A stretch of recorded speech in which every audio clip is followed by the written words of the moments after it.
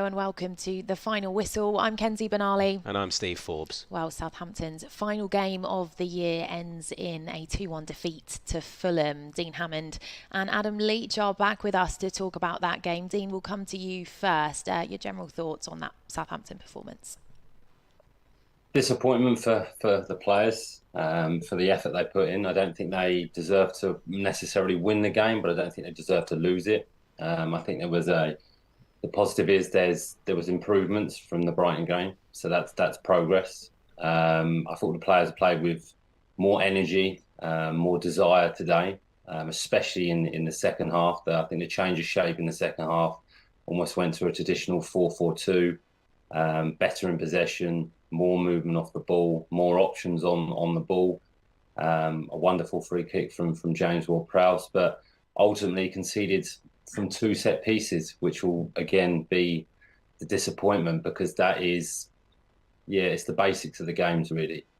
You speak about it before the game in preparation. Don't concede from set pieces. Don't give the team goals, and that's what we did today, unfortunately. And it's becoming a little bit repetitive, and I think that's the disappointment, because the players put a really good away performance in today. They created opportunities without really creating chances, but got into some good areas and looked better as a team today. So there's some improvements, but you just feel a little bit low, because obviously it's another defeat, and in the manner you lose it so late on in the game, where you actually think if there's going to be one team that's going to win it, it potentially could have been Southampton. So I'm gutted for the players. I'm sure Nathan's gutted. But it's just a disappointment in the manner you lose it, and they're the basics and the things that the team are going to have to improve on if they're going to start to win games and climb up the table. Yeah, Adam, particularly disappointing given that the game felt like it was there for the taking tonight. Yeah, I think I completely agree, Kenzie. That's what's most gutting about it is it felt like there was 3 points there. Fulham, I speculated, and it was only speculation before the game, but sometimes a team that's not got lofty ambitions, but that's doing quite well, has just had a good result. Actually, it's not always a bad time to play them, because kind of their desire level is just not quite there. They might be confident, but they just don't want it that much. I felt like that's what we saw today from Fulham. They just, they were kind of happy to play a little bit within themselves today. And therefore, I think they were there for the taking for Saints. To concede the goals they did was just, it's a blow. It's a real blow.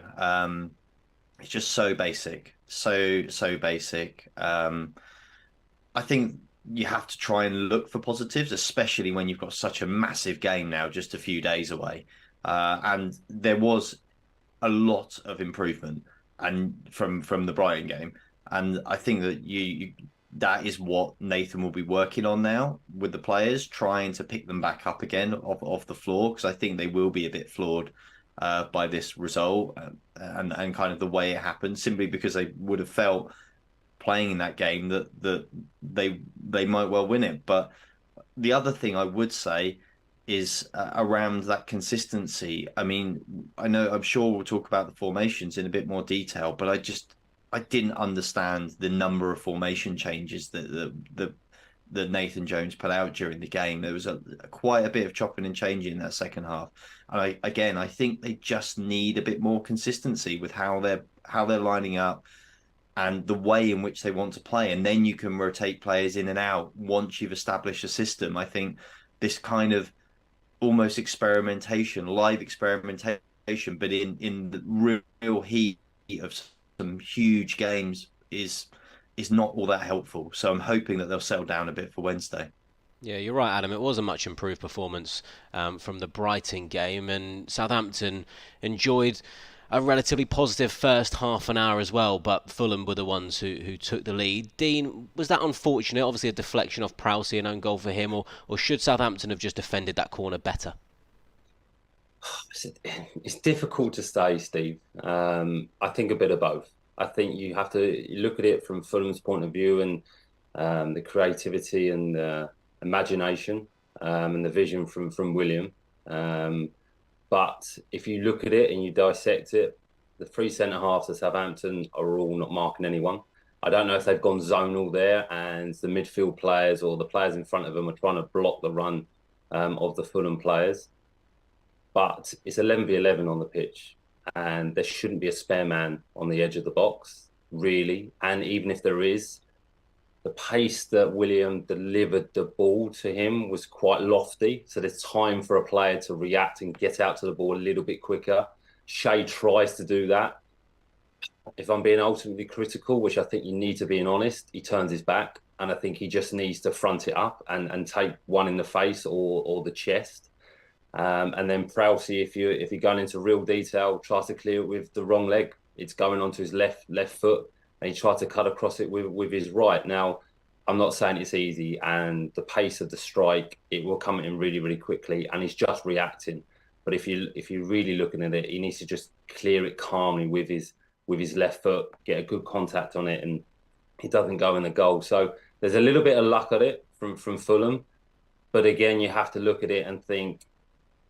I think this is where, as a former player, it's difficult for me because in those moments you've got to see things, and as players in the box, you've got to see where someone's spare. You've got to sense the danger. You've got to sense that Williams' positioning of how he's going to take the set piece. He's not going to whip it in because of his position of his body, and you've got to have someone within that area. Again, we go back to it. Experienced players, where they recognise something different is going to happen, and you have to react to it. And I don't think that the players at the moment are taking that responsibility or are willing to take that responsibility to do something off key.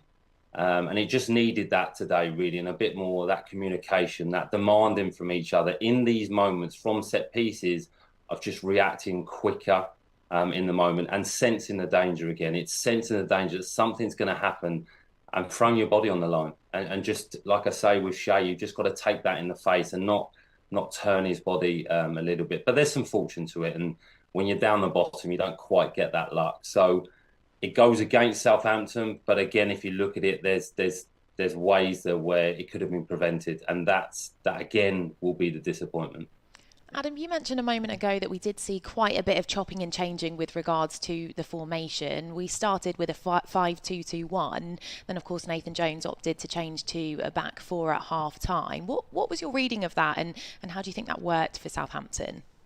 Well, I think it did work. I think it was a good move. I think if you actually look at the squad on balance and you look at the players that they've got just on the sheet of paper, they're better suited, in my opinion, to a back four, because they have limited options in some areas. So you want to get the right players in the right positions as best you can and get the round pegs in the round holes. I think they looked better for me when they went to a four. They were much more, I think, threatening to Fulham, and Fulham were causing them really very few problems. They looked like the team who were going to go on and win.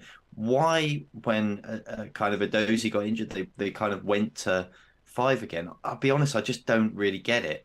I don't understand why you would chop and change again when you're in control. Just bring on another player, either like for like, or if you want to go a little bit more defensive, if you want to kind of protect what you've got, then just don't bring on quite such an attacking player or move it around. I didn't really get it, to be honest. And I kind of, like I said earlier, I feel a bit like we're living in Nathan Jones trying to find and search for things that work.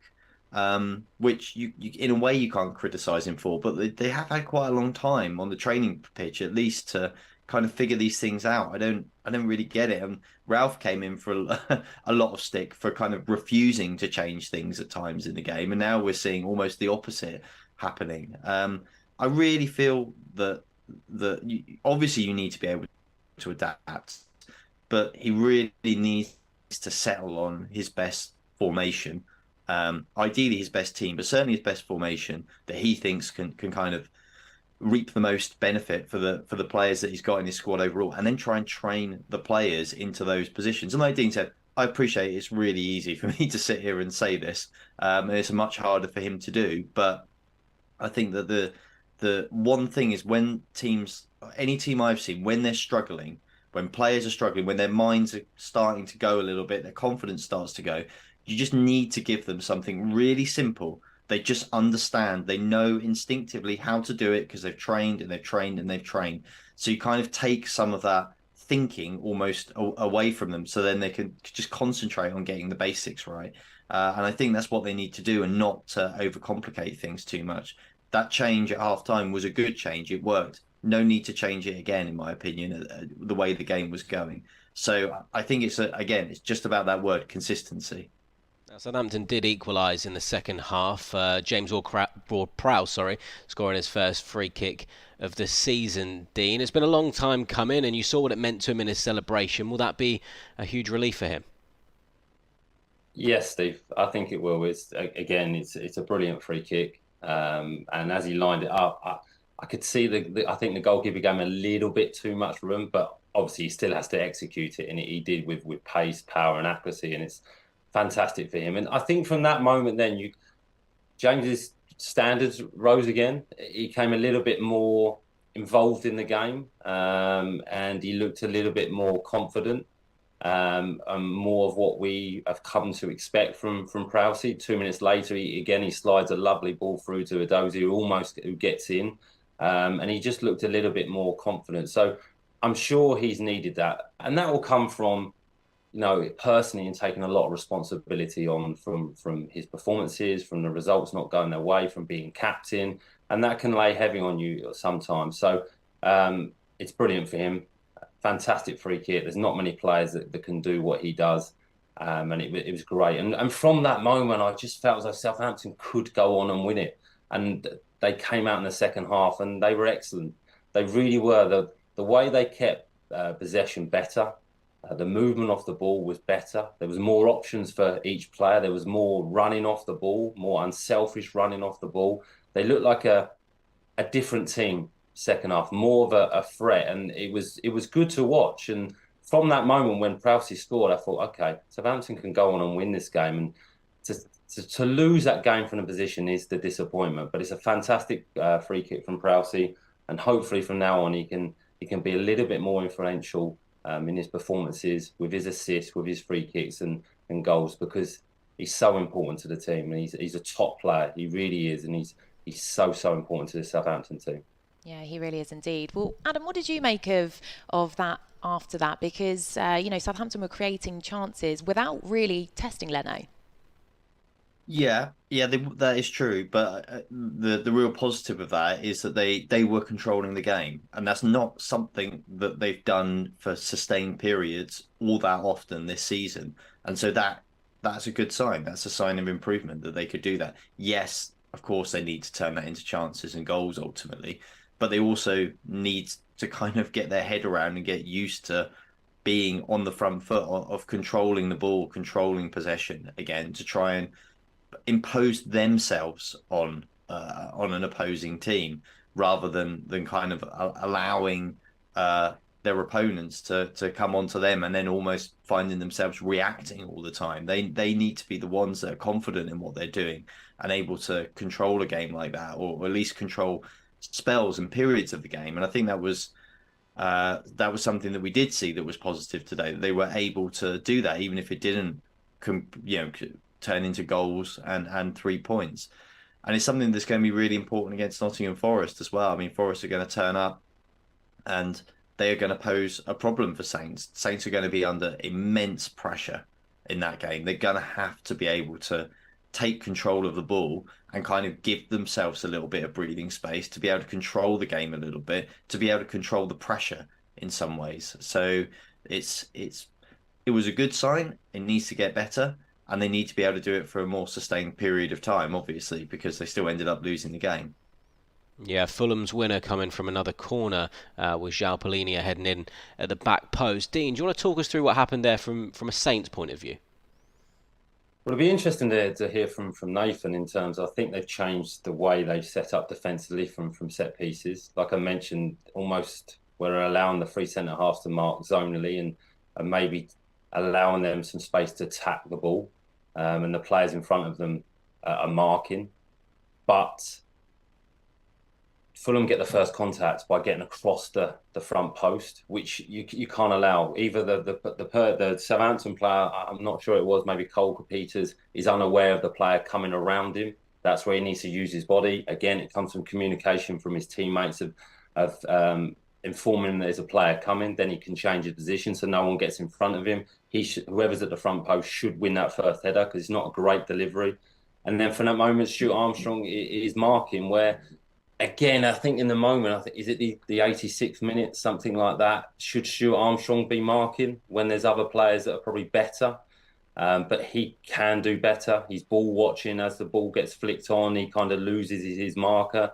Again, doesn't use his body or his arms to know where his marker is, and they get a free header at the back post. So small details, but at this level, it costs you. It really, really does. And in the 86th minute, you would be devastated to lose a game like that, and especially from a set piece. If Fulham score a wonder goal or they score a goal from 30 yards, you have to sometimes take that on the chin. But to concede from a set piece is disappointed because they defended really well at times today. The three centre-halves, Mitrovic wasn't really in the game, and they defended those crosses, the long balls, the direct balls really, really well.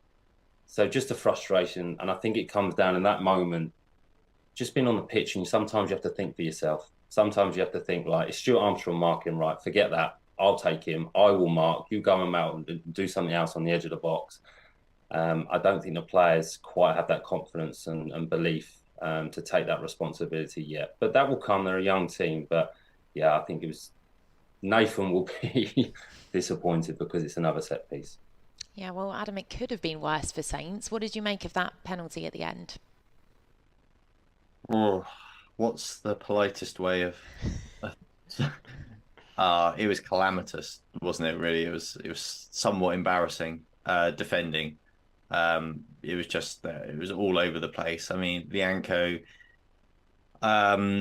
is got a lot of good points, and you wouldn't want to take his passion and his aggression out of his game because it's important, but it does sometimes get the better of him because he has a tendency to switch off and just kind of move almost with his heart rather than his head at times, and he gets caught in some very, very strange positions that can cause some problems sometimes, and that's basically what happened, I think, and it was obviously a penalty. Credit to Bazzuno, he got up and made the save, and I think that's hopefully good for him because he is clearly struggling a little bit as well. I think he's probably feeling under a little bit of pressure, and rightly so.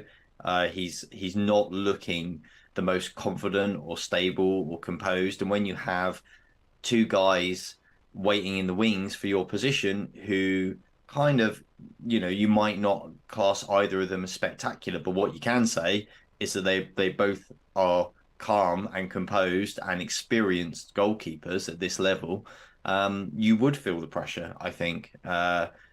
So at least there's something there for him to take out as a positive, because I think, he's had a tendency to get himself into some pickles recently, and to make a few errors of judgment. So at least in the end, he made the save. But again, it's one of those slightly worrying moments. It didn't cost them, and if they would have scored, it didn't matter anyway. But what you don't want to do is you don't want to have moments like that continue to happen, these kind of crazy moments where somebody's head goes, and there's, Dean spoke about it beforehand as well, the individual errors that are costly. This one wasn't costly, but on another day it could have cost them, and so that these are the kind of things that they just have to try and cut out.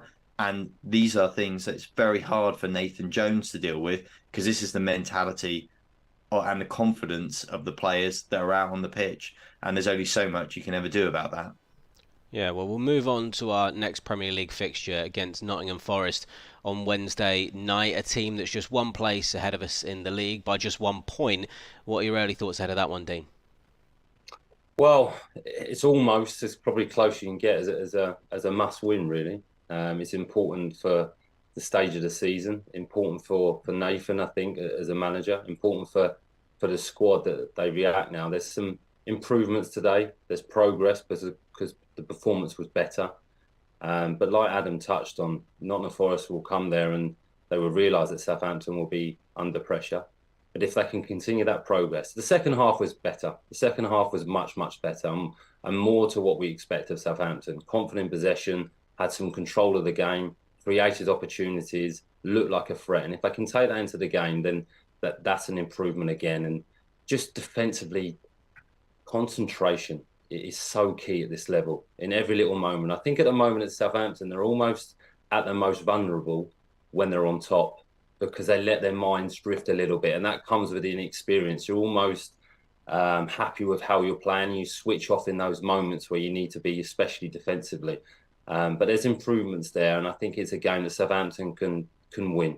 And if they do, you start off the new year in the right manner, with the right approach, and build some momentum. And a home win as well would be really important. Adam, we often joke with you that you don't like that term must win, but it does feel incredibly important, this Nottingham Forest game, doesn't it? Well, it's a huge game. I mean, you don't want to over talk it too much. There's always a danger of doing that, but it does feel like their most important game of 2023 might come on the 4th of January.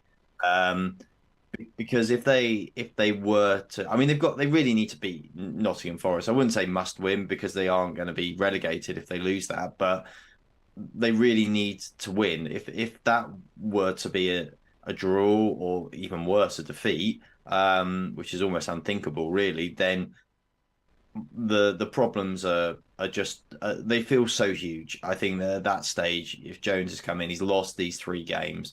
The way that the confidence of the team will be, the squad, the way the fans will be, I think they will be upset and angry, and it will make it a very difficult rest of the season for Saints to go and perform.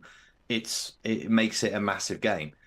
The flip side of that is if you win, actually things are looking up again. You feel a little bit more confident. Okay, there's a game there we really had to win against a relegation rival. We did it. We've proven that we can do it against those teams out there. We just got to keep going. They get a little reprieve from the league then for cup competitions, which if you won almost wouldn't be a bad thing because you kind of have a little chance to take stock, kind of get everybody ready and go again afterwards. But you don't want a negative result. You don't want to overhype it, but it's clearly an absolutely massive pivotal game now for Southampton, and one that really you feel like if they don't win, it does feel like the second half of the season that's approaching could be quite a long and difficult period for them. Yeah, certainly a huge game ahead. Well, Adam, Dean, thank you so much for joining us this afternoon, and of course for all your contributions in the year to date. We'll see you again soon. Well, Southampton end 2022 with a 2-1 away defeat to Fulham. Next up, it is Nottingham Forest at home on January the 4th. From all of us here at Saints Live, try and enjoy your New Year's Eve, and we'll see you in 2023. Happy New Year to you. Bye for now.